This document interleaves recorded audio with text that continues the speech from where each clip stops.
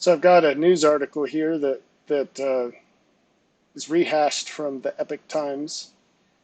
The title is "A New Type of Dementia Plagues America," and it's about what's called digital dementia, which is when one part of the brain is overstimulated and another part of the brain is understimulated. It says when we mindlessly use digital devices, the frontal lobe, which is responsible for higher level executive functions, gets little, if any, use. Meanwhile, the occipital lobe, the visual processor located at the back of the brain, gets bombarded with sensory input.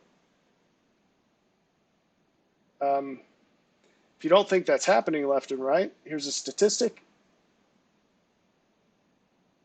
An American 8 to 12 years old spends an average 4.7 hours a day scrolling on their phone. That's 70 days a year. And that prefrontal cortex is still under development until around the age of 25. It's responsible for planning and decision making. So the claim is, and there's research linked here to show it, that excessive screen time creates all kinds of problems, including impediments to short-term and long-term memory. So there is actually a physical shrinking of the brain's gray matter. Now this makes sense because, not so directly, but your brain, somewhat like a muscle in your body, you can grow and atrophy parts of it. And this is literally true. So I know this because I enjoy playing drums. I won't call myself a drummer, but I enjoy playing every once in a while.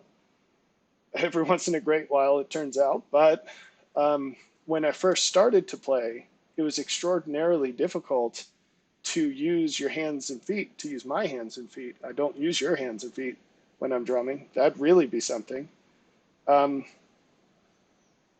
Because you've got these different body parts that you don't typically use in unison in a non-consistent way. Like if you're walking or running, it's a repetitive, you only have to learn one motion. But when you're playing the drums, those are beats and you have to operate the four appendages involved at different rhythms. And that's quite something to have to learn. It turns out that the base of your brain actually grows as you do this, which is pretty crazy. At least that's what I read somewhere some time ago. Unless I'm completely making that up, but I don't think I am. Because I don't have digital dementia yet. Although if you watch all my videos, you might get it. So, it turns out that not only are they measuring shrinkage in gray matter in mostly young people, the average IQ in the West, I really hate that term, the West, let's call it for what it is, in rich nations, is declining. The average IQ in wealthy nations is declining, and it's been that way for decades. So that's super interesting. So there was a measurement of increased IQ for quite some time in those same nations, and that was called the Flynn effect. So IQ was going up generationally, and now it's going the other way. It's nosediving. So it's very much a case of you use it or you lose it. And it wouldn't be so bad if it was only intellectual decline. Society is definitely declining in many other ways. There's a spiritual corruption, a psychological corruption, a physical corruption.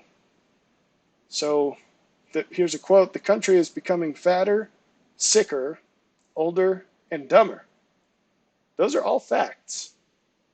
Those aren't judgmental statements. You can measure fatness, you can measure health, you can measure age, average age, because they're not having babies, people aren't having babies, and IQ. The country is becoming fatter, sicker, older, and dumber. Now, I've told you before, complex systems, one of their properties are they're particularly sensitive to change.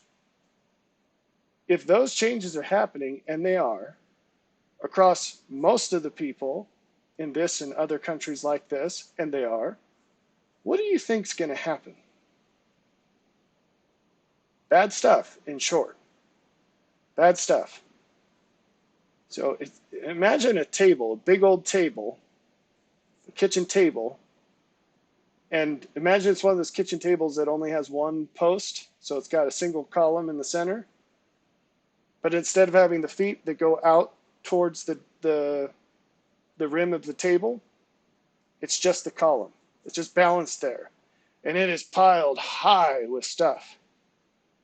And we start playing Jenga on the kitchen table. Do you want to place bets on which of the next removals is going to cause the whole thing to topple?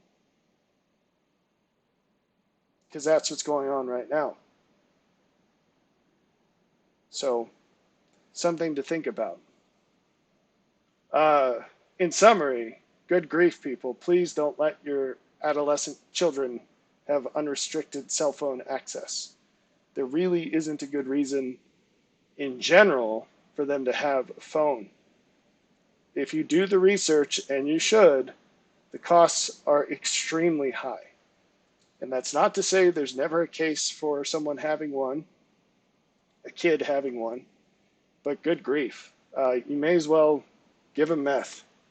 It's bad.